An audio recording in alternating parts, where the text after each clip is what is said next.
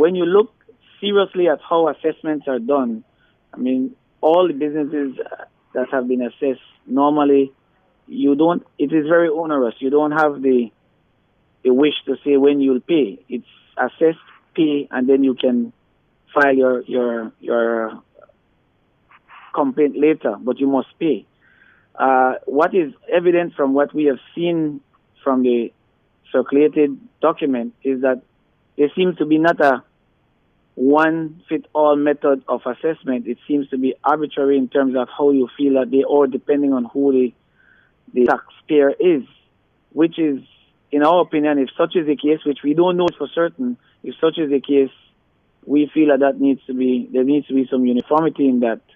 We also think that the assessment needs to be geared, and if you look at our press release, it needs to be geared towards those who are not paying, as opposed to those who are paying, and you find, in our words, in quotes, unfair way of how do you determine what method to use to assess.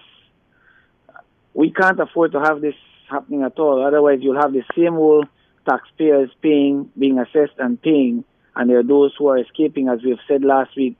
There are leakages which the government needs to find ways to close up. Can I now ask if the Chamber has received complaints from businesses with regard to paying what they believe is more GST than they ought to be paying? We've had a few cases in the past. None has come with any sort of, to my knowledge, none has come with any sort of concrete evidence to show.